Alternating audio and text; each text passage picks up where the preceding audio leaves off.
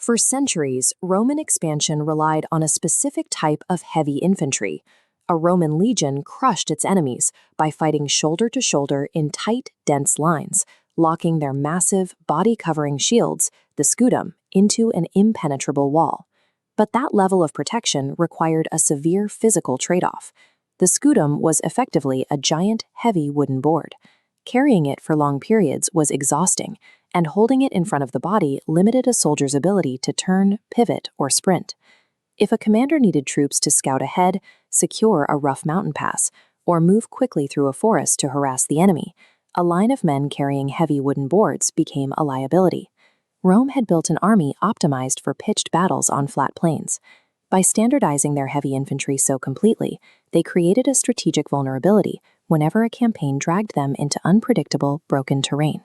This map shows the ancient region of Hispania. When Roman armies first invaded this peninsula in 218 BCE, they slammed directly into that exact vulnerability. The geography here was incredibly unforgiving: steep hills, thick brush, and rocky mountains. A Roman legion attempting to maintain its rigid, linear formations in this environment would quickly lose cohesion and expose its flanks. The local Celtiberian and Lusitanian warriors used this terrain to their advantage. Their military traditions avoided dense lines entirely, favoring sudden ambushes, hit-and-run raids, and lightning-fast retreats into the hills. The central tool that made this high-speed warfare possible was a small, round shield known as the caetra. The caetra anchored a tactical system designed to exploit the sluggishness of heavy Roman infantry. Looking at this diagram, you can see how the caetra prioritized mobility over total coverage. Most measured around 40 to 50 centimeters across, consisting of a lightweight wooden core pulled tight with a leather cover. Right in the center, the wood was hollowed out to leave room for the warrior's hand. To protect that vulnerable opening in the center, a metal or wooden boss, called an umbo, was riveted directly over the grip. A leather strap attached to the back allowed a fighter to suspend the shield from their shoulder. This left both hands free to scale a rocky cliff or throw a javelin while moving. While the organic wood and leather have rotted away over millennia, archaeologists repeatedly uncover the metal remnants of these exact components in ancient Iberian graves, like this weathered iron boss. The engineers of ancient Iberia sacrificed leg and body coverage to create a specialized tool for mobile survival in the hills. Because the Roman scutum strapped to the forearm, a soldier essentially hid behind it.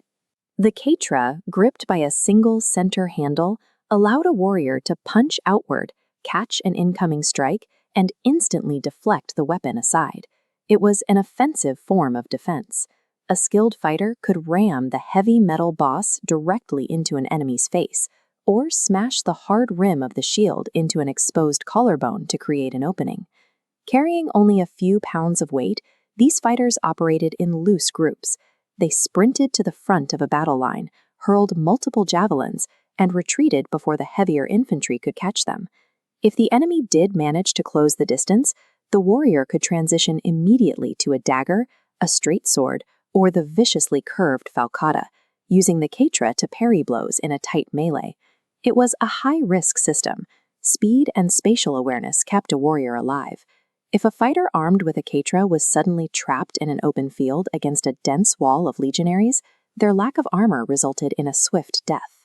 As the conquest of Hispania dragged on, Roman commanders realized they could not win through the mountains using heavy infantry alone. They began hiring the very men they were fighting.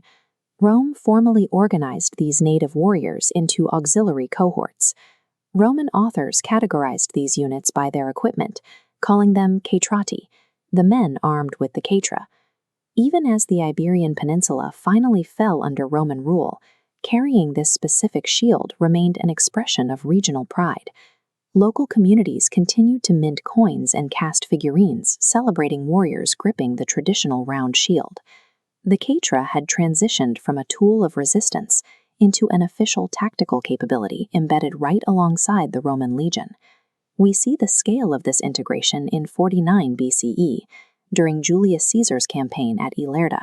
Caesar documented that the opposing Roman army fielded an enormous auxiliary force of roughly 80 Spanish cohorts fighting alongside its traditional legions. Caesar explicitly divided these troops based on their shields. He identified cohorts from nearer Spain equipped with the heavy Roman scutum, and cohorts from further Spain armed with the mobile caetra. By this point in history, the caetrati were no longer tribal irregulars. They were disciplined, vital tactical units, deciding the outcome of a major Roman civil war. Rome's expansion relied on this ability to absorb, organize, and weaponize the distinct fighting systems of the very peoples it conquered.